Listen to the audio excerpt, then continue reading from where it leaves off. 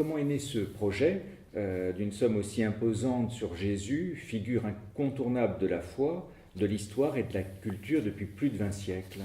Oui, la question se pose parce que, comme vous le savez sûrement, j'ai dirigé pendant 33 ans, conduit et mené à bon port une collection qui a finalement compté 101 volumes intitulée Jésus et Jésus-Christ. D'une certaine manière, j'avais fait le travail que je pouvais avoir à faire sur la question, et donc comment se fait-il que j'ai réouvert un nouveau chantier?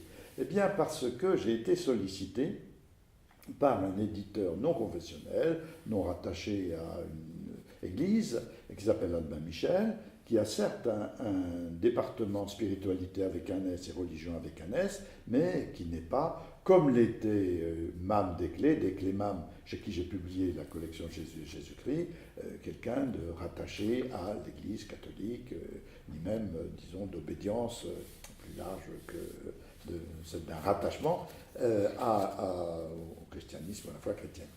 Et ça m'a paru intéressant de monnayer à l'intention d'un très large public, du coup, plus large que celui des chrétiens, mais encore qu'eux aussi peuvent être concernés. Et je me suis laissé embarquer dans l'opération à cause de ce nouveau public, par le biais de ce nouvel éditeur. Et alors du coup, l'objectif n'a pas été de présenter l'ensemble, disons, de la foi chrétienne sur Jésus, tel que les siècles l'ont élaboré, tel que le magistère catholique la présente, mais de présenter la figure de Jésus telle qu'elle est aujourd'hui approchable, identifiable par les sciences que sont l'histoire, que sont l'archéologie et la science des textes, de façon à viser un public qui n'est pas toujours déjà convaincu, qui demande peut-être à être éclairé, mais qui a une vraie connaissance du dossier, déjà. Alors l'objectif a été d'ouvrir en somme l'accès aux connaissances que nous pouvons avoir aujourd'hui par les voies je l'ai dit, de l'histoire et de l'archéologie à la figure de Jésus. Ce qui explique le titre Jésus et non Jésus-Christ. Voilà. Alors, bien entendu, nous n'excluons pas de prendre en considération le problème que vous soulevez, car c'est un fait que ce Jésus, à propos duquel on peut réunir justement par les moyens que j'ai dit un certain nombre d'informations précises, nous est toujours présenté par les documents qui nous disent plus que simplement son existence historique, ce qui est le cas de certains documents païens ou juifs sur lesquels on peut revenir, nous est toujours présenté plus que comme simplement Jésus, et très précisément comme Christ. Or, Christ dit autre chose que Jésus. Jésus dit l'homme historique, et Christ dit bien la fonction, la dignité, la mission de Messie, car Christ dit en grec, Christos, ce que Messie, Mashiach, dit en hébreu. Et donc, c'est un fait que ces écrits qui nous parlent de Jésus pour dire plus que simplement son existence, le présentent toujours comme Christ. Alors, c'est-à-dire, ayant à Dieu un rapport tout à fait unique, que finalement, on va exprimer en disant qu'il est fils de Dieu et qu'il est sauveur de l'ensemble de l'humanité. Or, ce fait-là est une donnée historique qui mérite aussi explication, car ce n'est pas seulement pour nous aujourd'hui que la désignation de Jésus comme Christ, c'est-à-dire finalement Fils de Dieu, est problématique parce que nous avons une interrogation critique et parce que peut-être la notion même de Dieu nous est devenue problématique, mais c'était déjà un problème considérable pour les contemporains de Jésus et ses disciples qui croyaient en un Dieu trois fois saint, en un Dieu tout-puissant, créateur, éternel, etc. Et donc, comment sont-ils venus à reconnaître ce Jésus qu'ils ont fréquenté, qu'ils ont vu maltraiter, qu'ils ont vu mettre à mort, comme finalement, lâchons le terme, l'incarnation de Dieu même. Alors, ça n'allait pas de soi, c'était peut-être encore plus difficile pour eux que pour nous aujourd'hui. Comment cela s'est-il passé? Quels sont les éléments qui peuvent aujourd'hui nous expliquer qu'ils aient pu faire cette profession de foi en reconnaissant leur Jésus comme Christ de Dieu? Alors j'insiste, c'est une donnée historique que d'expliquer, disons, qu'on ait pu le présenter finalement comme Fils de Dieu. Vous avez adopté pour cette somme, on le rappelle, 800 pages, Même un peu plus. même un peu plus, une approche pluridisciplinaire invitant des contributions d'horizons très, très variés et très différents. Alors effectivement, c'est pluridisciplinaire, je dirais, de plusieurs manières. D'abord, dans les contributions proprement centrales que nous avons demandées, sur chacun des 27 chapitres dans lesquels se constitue l'ouvrage, qui suivent d'ailleurs le déroulement de la vie de Jésus depuis ses commencements jusqu'à sa mise en croix et ce qui a suivi, l'affirmation de sa résurrection, nous avons toujours en début de dans chaque chapitre un exposé par quelqu'un qui est spécialiste de l'histoire, des faits, des institutions et du traitement des textes. Et là, nous avons recouru à la fois à des historiens et à des exégètes, des historiens spécialistes des événements et des exégètes spécialistes aussi des textes qui rapportent les événements, les paroles, les actes, etc. Donc, il y a déjà une certaine, disons, pluridisciplinarité qui s'affirme par là, d'autant que, en plus de l'histoire et de l'exégèse, on peut faire état de l'archéologie. Il y a quand même un certain nombre d'éléments qui peuvent être présentés et qui nous intéressent. Et nous avons cherché des auteurs dont seule la qualification scientifique nous importait. Nous n'avons pas cherché à ne mobiliser que des spécialistes croyants. Et donc, il y a une certaine pluralité qui ainsi est honorée par notre projet. Ensuite, toujours dans chaque chapitre, il y a ce qu'on appelle des éclairages, alors qui portent toujours sur le sujet du chapitre, je sais pas, les miracles, les paraboles, la dernière scène, alors qui apportent un éclairage particulier. Et là, nous avons souvent recouru à des spécialistes de l'histoire juive, des milieux juifs du 1er siècle, de l'Empire romain finissant. Et on a ainsi, par exemple, un éclairage sur le Seder, c'est-à-dire la célébration juive de la Pâque, quand on traite de la dernière scène. Ou bien, quand on parle des paraboles, on fait recours à un spécialiste, disons, de la littérature juive et de ce qu'elle peut comporter d'éléments de type parabole. On s'adresse aussi à des psychanalystes, lorsque la question peut se poser, disons, du rapport de Jésus à telle ou telle catégorie de son public, ou bien lorsque on s'interroge sur la démarche d'adhésion croyante.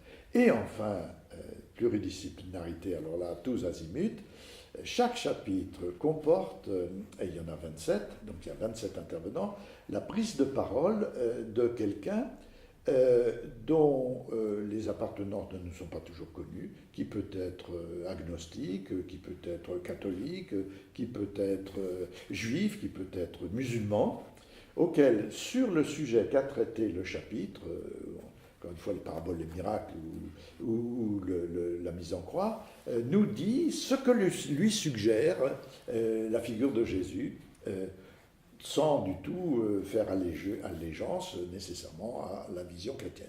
De sorte qu'on a ainsi, par la diversité des disciplines qui sont sollicitées, par la diversité aussi des types de spécialités auxquelles nous recourons, et par enfin la diversité des prises de position générales du point de vue philosophique, du point de vue religieux, du point de vue éthique, du point de vue esthétique, des cartes blanches, c'est le nom que nous avons sollicité, une grande approche sur la question de Jésus et Jésus-Christ, Jésus, Fils de Dieu. Alors, je présente ça très en détail au début de l'ouvrage, dans une introduction que, comme directeur de l'ensemble, j'ai signée. Cette dernière introduction justement de ces personnalités extérieures offre peut-être pour le lecteur un moyen de s'identifier un petit peu plus, d'entrer un petit peu plus dans ce corpus impressionnant et par là même de ne pas rester extérieur. Parfaitement. On peut avoir en effet l'intérêt qui se déclare par exemple à partir de ce que réfléchit le grand philosophe André Comte-Sponville. Ou bien on peut être intéressé par l'œuvre de Jean Vanier. On peut être intéressé par Florence Delay, par Marcel Gauchet, par Jean-Claude Guibaud et leurs problématiques. Et de voir comment ces personnages, ces personnes, ont un beau rayonnement culturel, dont on connaît la spécialité, qui ont déjà tout un auditoire, de voir comment ils parlent de Jésus, l'intérêt qu'ils y trouvent, la position qu'ils prennent à son égard, peut en effet intéresser beaucoup de gens qui, par ailleurs, sont lecteurs de ces auteurs, mais pas nécessairement, disons, très, très désireux, en ce moment en tout cas, de s'intéresser à la figure de Jésus. Et ce n'est pas quelque chose de latéral pour nous. Ça fait véritablement partie du projet éditorial que nous avons élaboré. Il nous semble important que, de même dans un autre registre que moi je pense très important, que les cathédrales soient ouvertes à toutes, puisque je m'occupe aussi d'un chantier sur les cathédrales, je pense aussi que la figure de Jésus, elle est ouverte à tous. D'ailleurs, il parle à beaucoup de gens. On le voit bien par la multiplication des publications de tous ordres, des films, il y en a eu un certain nombre, il va y avoir bientôt encore une mise en scène, une dramaturgisation par Obispo et Baratier, qui va sortir ces jours-ci au Palais des Sports, portant sur Jésus. Un débat d'ailleurs qui était cher, si mes souvenirs sont bons, à une personnalité que vous avez connue d'ailleurs, le cardinal Carlo Maria Martini, un de ces débats entre des croyants et non-croyants, élargir le plus possible dans une époque un petit peu trouble sur ces questions-là, justement, hein, tout au moins. Oui, cardinal Martini, lui-même d'ailleurs éminent exégète, c'est-à-dire spécialiste des textes et de l'histoire des textes, dont j'ai suivi l'enseignement à l'Institut biblique pontifical quand j'étais à mon époque de formation, et qui n'a pas oublié l'intérêt de l'histoire, de l'exégèse, de la science des textes en particulier, quand il est devenu le grand pasteur de la grande église de Milan, effectivement. Mais ce qu'il a fait lui, et à l'Institut biblique pontifical de Rome, est précisément un travail qu'ont accompli beaucoup d'exégètes, y compris catholiques d'ailleurs, dans ce souci de rejoindre la réalité historique de Jésus. On va peut-être dire d'ailleurs un certain nombre de choses qu'on peut dire à ce sujet, et puis les raisons pour lesquelles ce Jésus a historiquement été présenté comme le Christ de Dieu.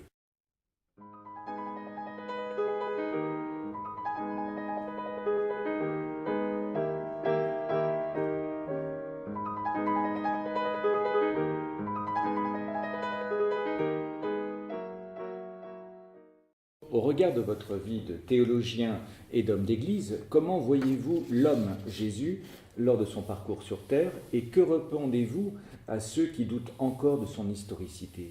Alors on peut peut-être commencer par le dernier point. Effectivement, il y a eu au XIXe siècle en particulier toute une école appelée mythique qui a prétendu que Jésus était une invention.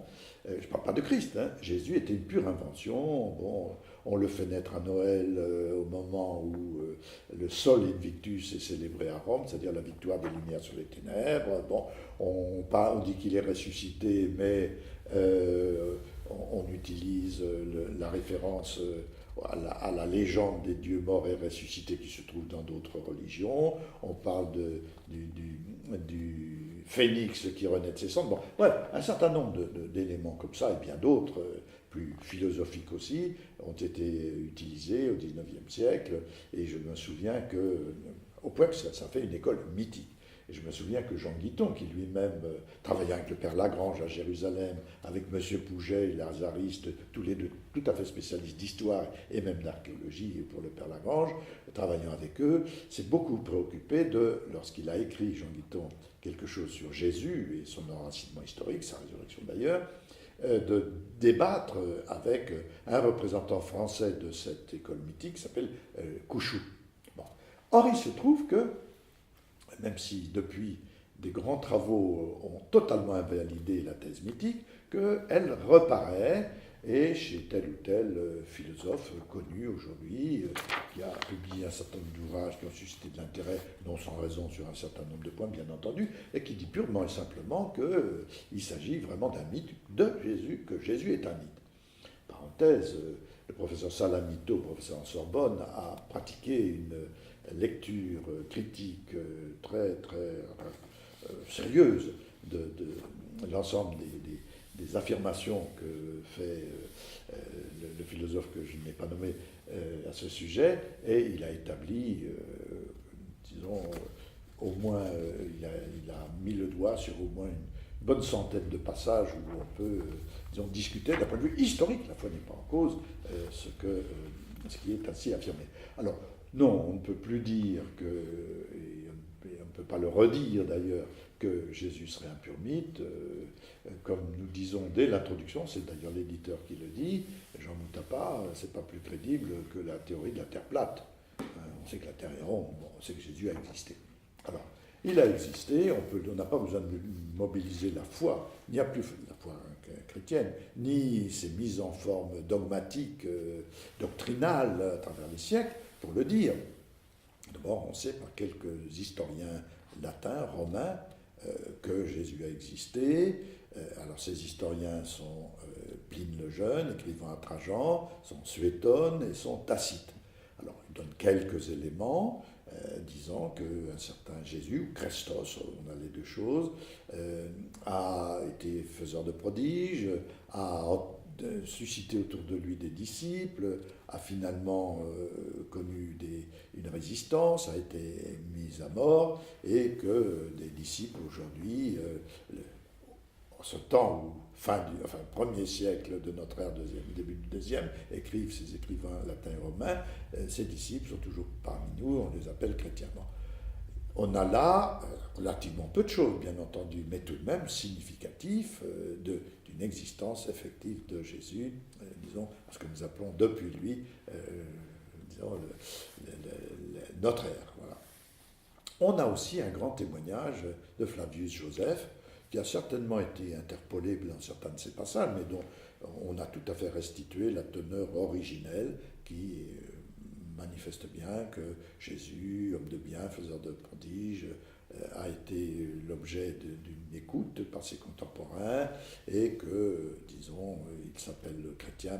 On a ainsi, indépendamment de toute démarche de foi, sur Jésus des certitudes concernant en gros son existence historique et un certain profil qu'il s'est donné par ses paroles et par ses actes. Alors,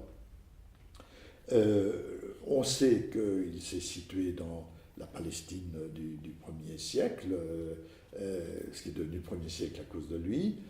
On sait qu'il y avait dans ce contexte-là plusieurs groupes, plus ou moins nombreux, mais assez identifiés, par l'histoire aussi. Il y avait donc les pharisiens, il y avait les sadducéens, il y avait les esséniens, puis petit à petit ce qu'on appelle les zélotes, qui sont plus, disons, soucieux de mouvements politiques, de libération de la Palestine, de l'occupation romaine. Alors, on peut dire où se situait Jésus dans cet ensemble.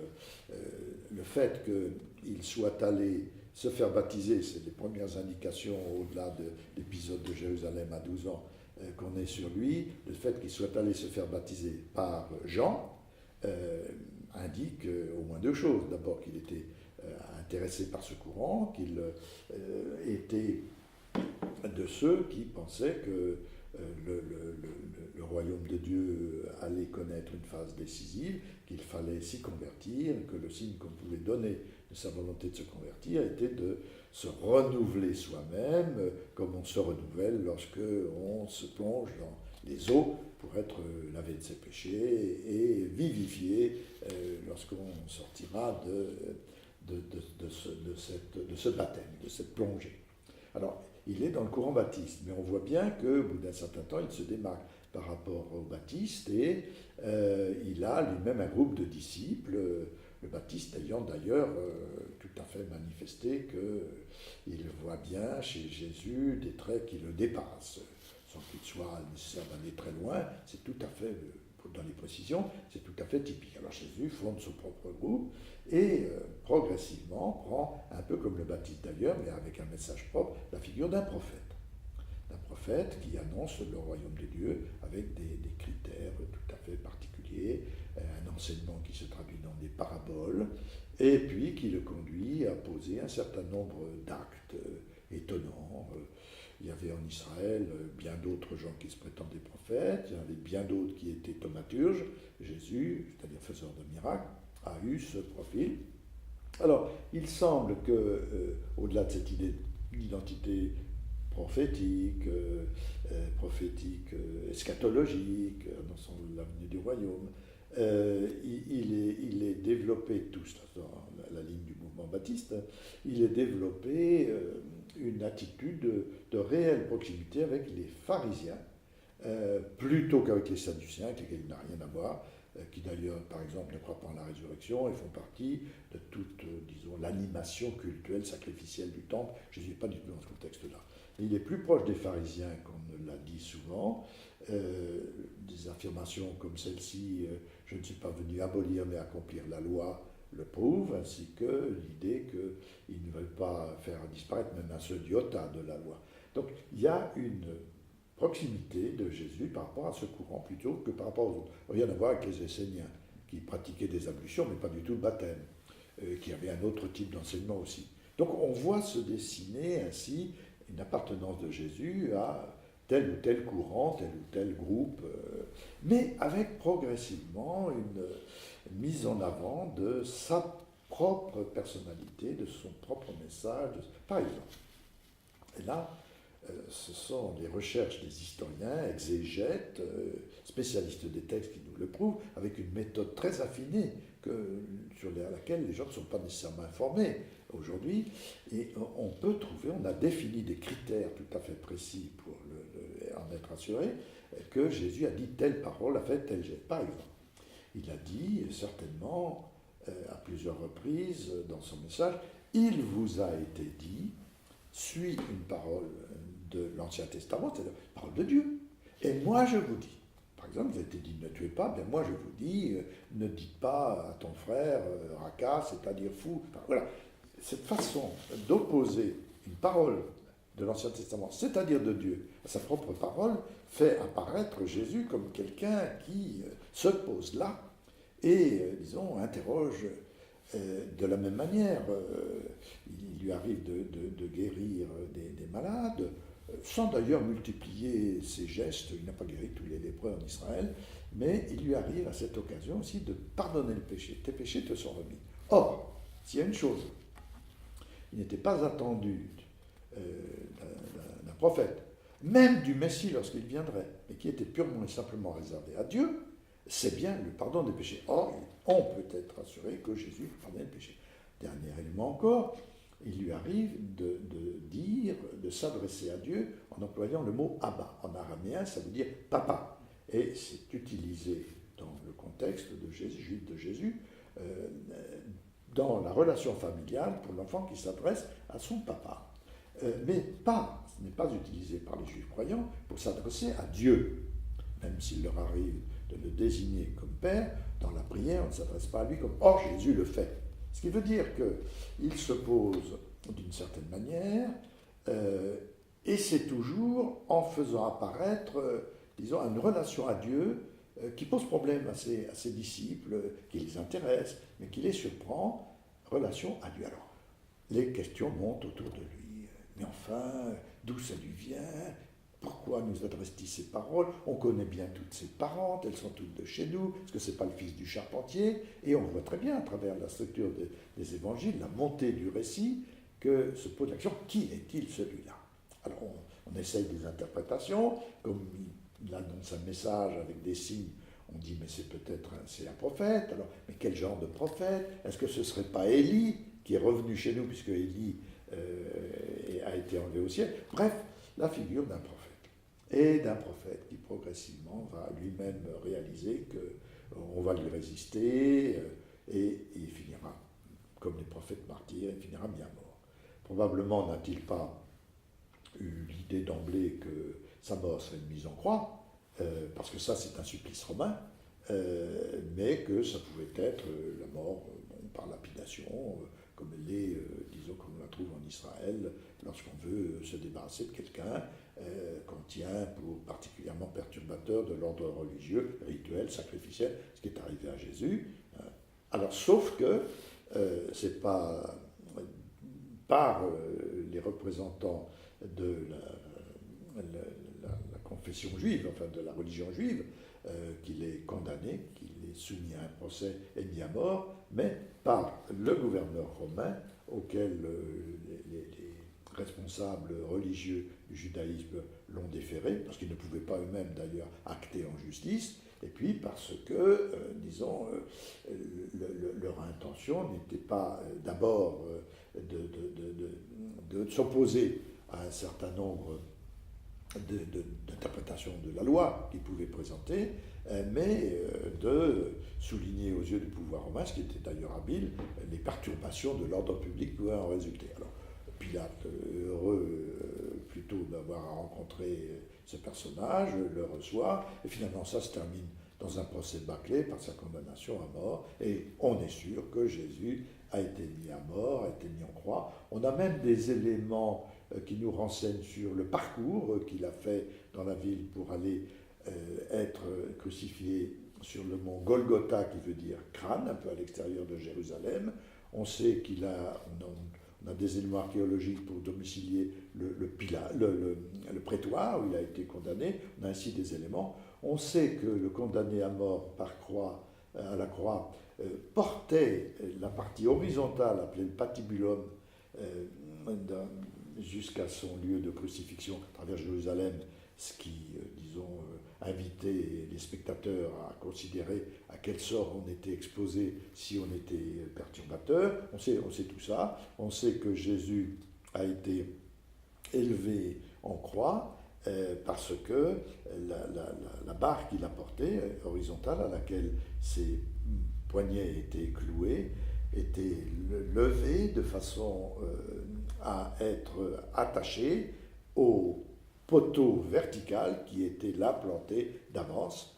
Et on sait aussi que Jésus a eu les pieds cloués ensemble à travers le calcanéum, parce qu'on a découvert assez récemment un crucifié dont on avait coupé aussi les jambes et qui était, disons, fiché à la croix de cette manière-là. Voilà, on a donc ainsi sur les paroles de Jésus, les actes de Jésus, le destin de Jésus, les raisons pour lesquelles il a été condamné, la façon dont il a été mis à mort, un certain nombre d'éléments qui nous renseignent. Mais alors, avec toujours la question, mais d'où ça lui vient, qui est-il, qu'est-ce que c'est que sa relation à Dieu? Et là, évidemment, on passe à un autre stade pour découvrir qui est Jésus, c'est ce qui s'est passé au dire de ses disciples après sa mort et sa mise en croix. Il l'aurait revu vivant. Le trait d'union justement de Jésus à Christ se oui. fait a priori post-mortem, si on met à part évidemment la confession extraordinaire de Pierre, qui pendant un certain temps lors de la Passion sera un petit peu évidemment mise en doute ou en sommeil. Là c'est un débat, j'imagine, théologique très, très fertile et très important, mais ce trait d'union que vous avez ouvert, mais que vous ne mettez pas dans le titre du livre, se fait donc avec la résurrection. Oui, c'est vraiment là qu'on découvre que Jésus était effectivement plus que Jésus et qu'il avait à Dieu un lien tout à fait unique. Et effectivement, on interprète cela en disant qu'il peut être non seulement un prophète, non seulement le prophète Élie revenu parmi nous, le très grand prophète, mais même celui annoncé par Moïse, plus grand que moi, bon, mais proprement ce que dans l'espérance d'Israël on espérait être le Messie, c'est-à-dire l'envoyé de Dieu pour le salut de son peuple. Sauf que ce Messie ne se présente pas avec les caractéristiques qu'on en attendait. Le Messie était attendu, là où on avait cette espérance, ce n'était pas le cas de tous les Israélites de l'époque, pour, disons, la fin, c'est-à-dire l'arrivée du Messie marquerait en même temps la transmutation générale du monde et, disons, ce qu'on appelle l'apocalyptique, l'annonce ainsi. Or, il a bien fallu réaliser que si Jésus avait un lien à Dieu tel qu'on pouvait le reconnaître comme le Messie, il n'avait pas apporté avec lui, c'était pas solidaire de cette transformation générale du monde, puisque seul Jésus est dit avoir rejoint par sa résurrection la condition eschatologique. Et donc, on ne peut pas dire que les disciples ont purement et simplement appliqué à Jésus des attentes qu'ils avaient. Ils ont interprété Jésus en fonction de ces attentes, mais elles se sont trouvées déplacées considérablement parce que Jésus les a exaucées autrement qu'ils ne l'attendaient. Et donc on ne peut pas raisonner en disant ils ont inventé purement et simplement la résurrection de Jésus pour pouvoir dire qu'il était le Messie. Qu'est-ce qui s'est passé? Comment les choses se sont-elles déroulées pour qu'on aboutisse à cela? Alors là, le Nouveau Testament fait état de ce qu'on appelle les apparitions. Après, le terme n'est pas nécessairement clair, hein, il faut l'interpréter, mais on a les moyens de le faire. Après la mort de Jésus, de manière totalement inattendue, ceux qui l'avaient suivi ont eu le sentiment de le retrouver dans des circonstances tout à fait uniques, au début ils ne comprennent rien, les récits nous disent ils le voient, ils ne le voient pas, ils le reconnaissent et ils ne le reconnaissent pas, ils le touchent mais on ne sait pas s'ils ont envie de le toucher, mais on ne sait pas si effectivement ils le font, et puis apparaître, disparaître. Voilà. Alors il se trouve que par ailleurs, pour désigner ce qu'ils ont expérimenté dans ces circonstances, ils emploient le terme voir, orao, dans le vocabulaire grec, c'est vraiment voir, mais selon un temps, un régime qui n'est pas l'actif, ni même simplement le passif. Pas nous l'avons vu, pas il a été vu de nous, mais c'est une forme qu'on appelle moyenne, réflexive, et on peut traduire autrement que comme ceci. Il s'est donné à voir, il nous a donné de le voir. Alors voilà une expérience tout à fait inattendue qui les saisit et qui les amène à reconsidérer, certes, leur espérance, mais exaucée d'une manière inattendue. Par ailleurs, on a souvent dit que si Jésus était proclamé ressuscité, c'est qu'il y a eu l'invention du vide du tombeau, et à partir de là, on a dit qu'il l'avait quitté. Sauf que les recherches que nous faisons nous indiquent que il y a une tradition littéraire, recherche sur les textes, qui parle du vide du tombeau sans argumenter à partir de là pour dire Jésus est ressuscité, et inversement, on a pu annoncer qu'on avait revu Jésus, que Jésus s'était montré, sans argumenter à partir du tombeau vide. Ça ne veut pas dire que Jésus est vraiment ressuscité, mais ça veut dire que l'interprétation courante qui dit très bien, on a inventé le vide du tombeau, puis c'est à partir de là que ça a marché, entre parenthèses, pendant 20 siècles, tout de suite, chez des gens qui étaient tout prêts à le croire. Non, ça veut dire qu'il s'est passé quelque chose que les disciples n'ont pas compris et qui ne s'est éclairé à leurs yeux que quand ils l'ont mis en lien avec leur espérance, mais en voyant qu'elle était décalée, ce qui fait qu'on a pu dire que Jésus est mystérieusement, étonnamment, de manière qu'on n'attendait pas finalement, une manifestation de Dieu unique parmi nous, avec un lien tel avec Dieu qu'on peut changer finalement l'image qu'on a de Dieu. Et ainsi s'est mise au point la reconnaissance de la traversée par Jésus de la mort, la victoire de Jésus sur la mort, qui manifeste que bien, en lui était active la vie même de Dieu. Alors, à partir de là, on a réfléchi sur qui était donc Dieu, qui était donc Jésus, qui était donc Dieu, et quelle est la signification de tout cela pour nous. Vous voyez, il y a tout ce montage, disons, alors, avec des développements littéraires qui peuvent, une fois ou l'autre, en rajouter.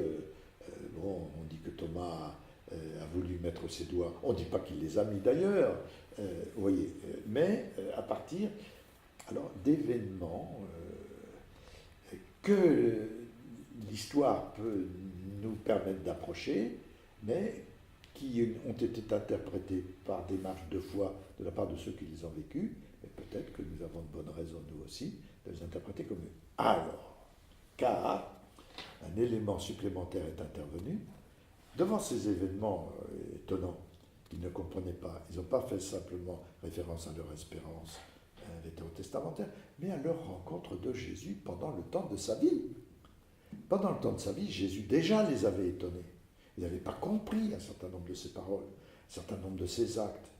Et lui-même leur avait dit, mais vous ne pouvez pas les comprendre. Quand même Pierre lui disait, tu es le Messie, Jésus lui dit, mais très bien, mais attends, tu ne peux pas comprendre encore. Jésus toujours faisait des actes qu'on ne comprenait pas et renvoyait à des choses plus tardives, de sorte que quand après sa disparition, on réfléchit sur ce qu'il a été, on essaie de comprendre ce qui se produit, on fait une relation avec l'espérance antérieure, mais aussi une référence à sa vie antérieure. Et tout se passe comme si ce qu'on n'avait pas compris du temps de sa vie terrestre, on pense que ça peut peut-être s'interpréter, se comprendre à partir de ce qu'il paraît vivre avec nous maintenant, et inversement, ce qu'il paraît vivre avec nous maintenant est peut-être à comprendre à partir de ce que nous ne comprenions pas déjà de son époque, de son temps de vie terrestre avec nous. Et la meilleure preuve que c'est ainsi qu'ils ont fonctionné pour annoncer un Jésus ressuscité, finalement Fils de Dieu, qu'ils ont fonctionné ainsi, c'est que quand il s'est agi pour eux de trouver un successeur à Judas, éliminé pour la raison qu'on sait, pour devenir avec eux témoin de sa résurrection, quels critères se donne-t-il?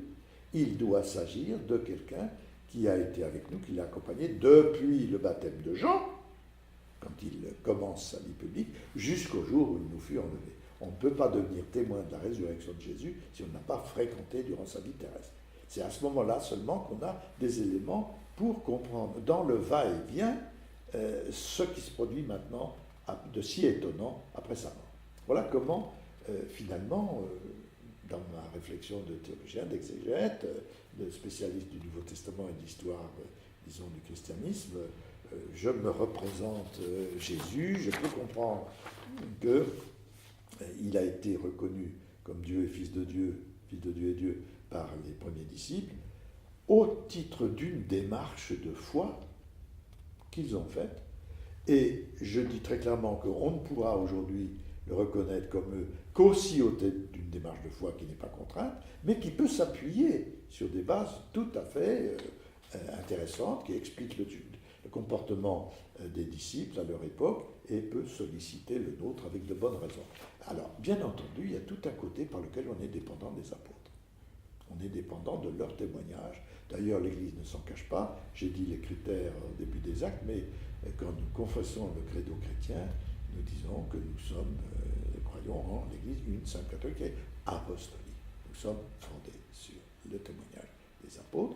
Alors, aussi sur ce que notre recherche historique peut nous permettre de rejoindre de ce qu'ils ont vécu, aussi du témoignage des 20 siècles qui l'ont suivi, aussi du témoignage de plus d'1 milliard de chrétiens aujourd'hui, mais nous sommes pour une part dépendants du témoignage des apôtres. Il n'y a pas à le masquer.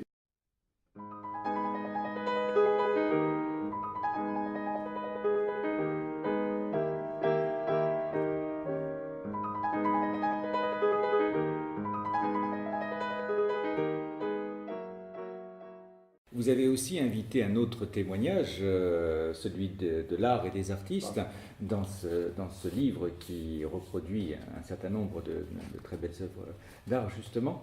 Que vous inspire justement ce regard porté par les artistes sur l'homme Jésus et sur Jésus-Christ également? Voilà, car c'est un des effets de l'art, de différentes manières, de faire apparaître avec les moyens dont dispose la voie esthétique et l'art en général, justement ce que je disais, Jésus plus que simplement un homme.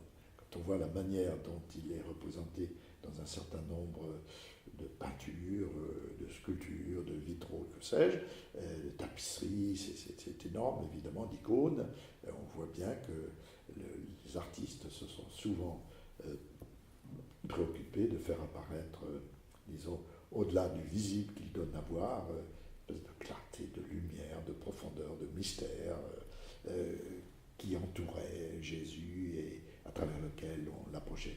Alors, nous avons effectivement beaucoup souhaité, en même temps que les témoignages, disons, d'auteurs contemporains non spécialistes de christologie qui terminent chaque chapitre, beaucoup souhaité illustrer l'ensemble du parcours, de notre parcours, du récit de la vie de Jésus à travers sa vie, par des illustrations prises à toutes les époques du christianisme. Le choix a été fait, et le légendage a été fait aussi par un grand spécialiste de l'histoire de l'art chrétien, qui est François Besplugue. Et alors, on peut dire que ce n'est pas simplement une illustration de ce qui est dit par les écrits, c'est une contribution propre à, disons, ce que l'histoire nous a légué concernant Jésus dans la compréhension qu'en ont eu les différentes époques. Et d'ailleurs, nous faisons de ce point de vue-là, par les voies de l'art, quelque chose que nous ne faisons pas par les voies de la recherche historique, puisque de la recherche historique, je veux dire, de la recherche de la réflexion, disons, théologique, philosophique, historique, etc., puisque nous nous limitons à une présentation de l'évangile de Luc, sans omettre le cas échéant d'aller voir les autres évangiles, mais nous ne parcourons pas tous les siècles pour dire quels discours chrétiens ont été tenus sur Jésus depuis. Là, par là, on le fait. C'était une ouverture intéressante. Alors, au début, disons les 2 premiers siècles, le 3e même, il y a relativement peu de représentation de Jésus. C'est certainement dans les catacombes, enfin on n'entre pas dans le détail. Mais après, avec le déroulement des siècles, on voit se multiplier les choses. Alors, on a des représentations par les mosaïques qui mettent le Christ Pantocrator avec son autorité. C'est ça, ce qu'on disait tout à l'heure, au-delà de son humanité, le rayonnement de ce qu'on a reconnu comme sa divinité. Assez tôt, au Moyen-Âge, on se concentre sur l'homme Jésus, sur les différentes étapes de sa vie, la naissance, la visitation auparavant de Marie, l'annonciation. Déjà aussi, et toujours avec, disons, le renvoi, pensez à Fra Angelico par exemple, parmi bien d'autres, à un monde mystérieux auquel Jésus apparaît appartenir et qui vient le visiter. Quand on avance dans le Moyen-Âge, on s'est beaucoup intéressé à sa passion, à stigmate, à la couronne d'épines, couronnement d'épines, au procès, à la condamnation, sans oublier de représenter la résurrection, mais avec des épisodes de sa vie, des paraboles. Et puis, à travers les siècles, ainsi, on voit se développer une pluralité de représentations. On marque l'étape, évidemment, de Rembrandt, qui était majeur, mais aussi les classiques auparavant, les Italiens, Rembrandt. On a, avec Rembrandt, justement, l'homme, Jésus revient de manière... Et illuminé, il y a des Picasso, il y a des Rouault, enfin jusqu'à l'époque tout à fait contemporaine. Donc on a ainsi une merveilleuse illustration. À chaque fois, évidemment, la présentation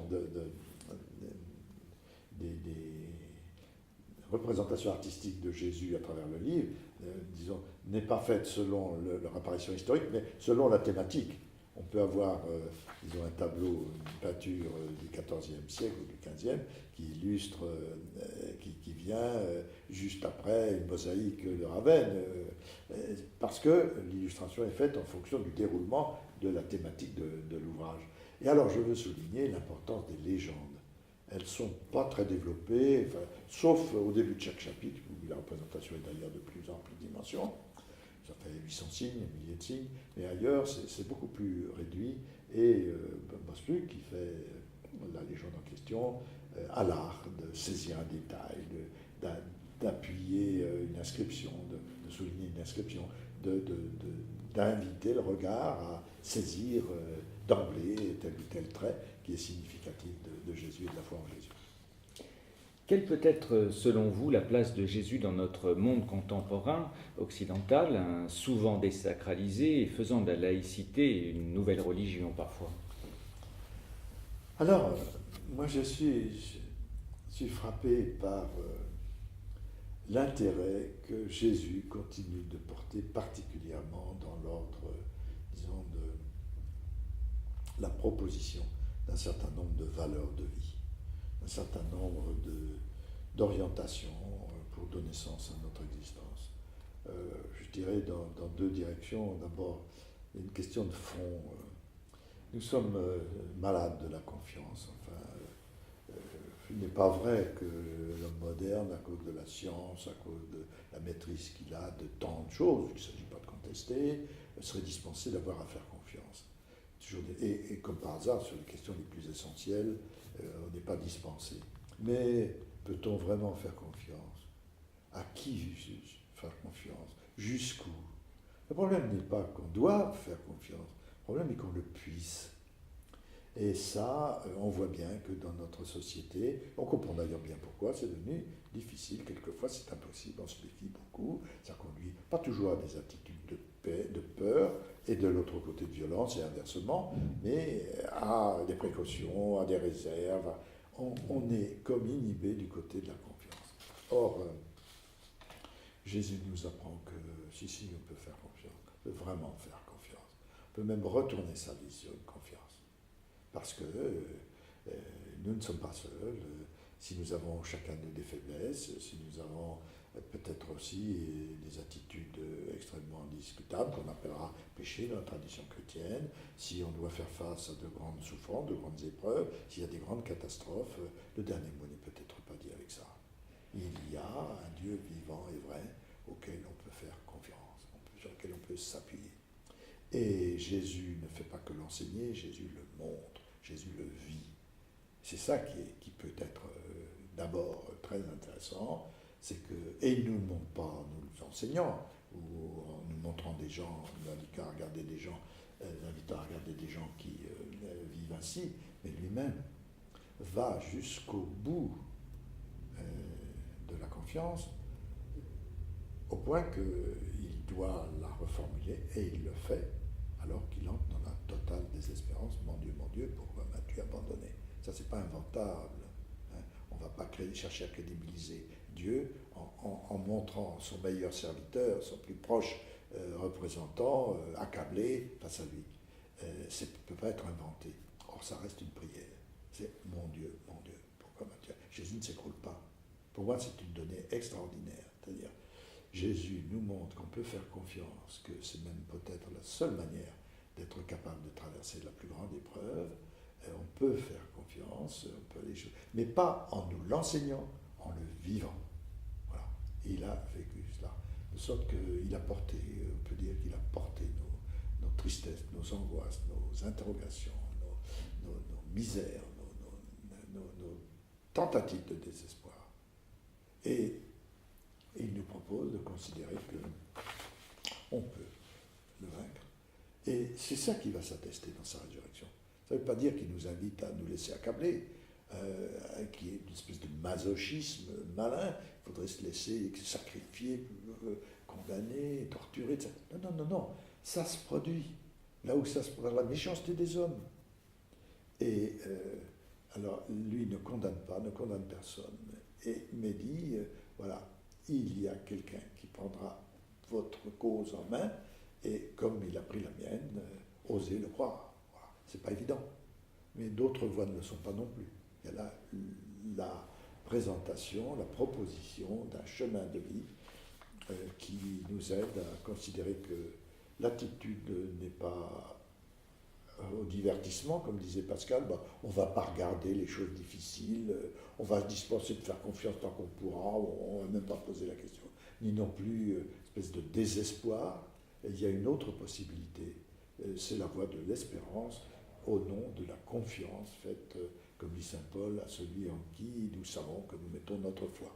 Alors, on doit choisir, on peut choisir, les chrétiens choisissent, ils n'ont pas toujours conscience que leur choix peut aller jusque-là, les soutenir autant, les éclairer autant, mais c'est ça qu'il leur est proposé.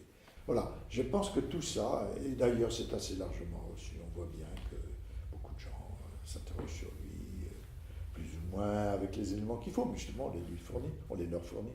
Alors, très important, nous ne déployons pas l'ensemble de la thématique doctrinale, je l'ai déjà dit sur le Christ, mais des éléments que l'histoire peut nous fournir, et à partir desquels on peut dire ceux qui l'ont suivi et ceux qui cherchent à le suivre aujourd'hui peuvent avoir des éléments à partir desquels se pose à eux la question d'une reconnaissance de lui comme Christ.